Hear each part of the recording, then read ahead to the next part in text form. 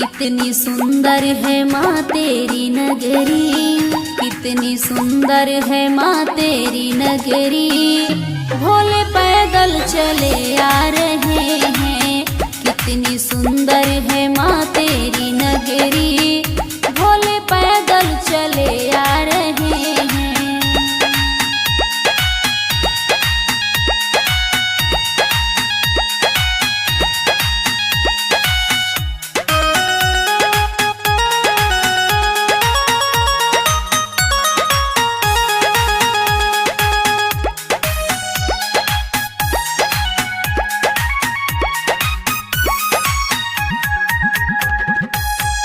उनके हाथों में डमरू विराजे, वो बजाते चले आ रहे हैं।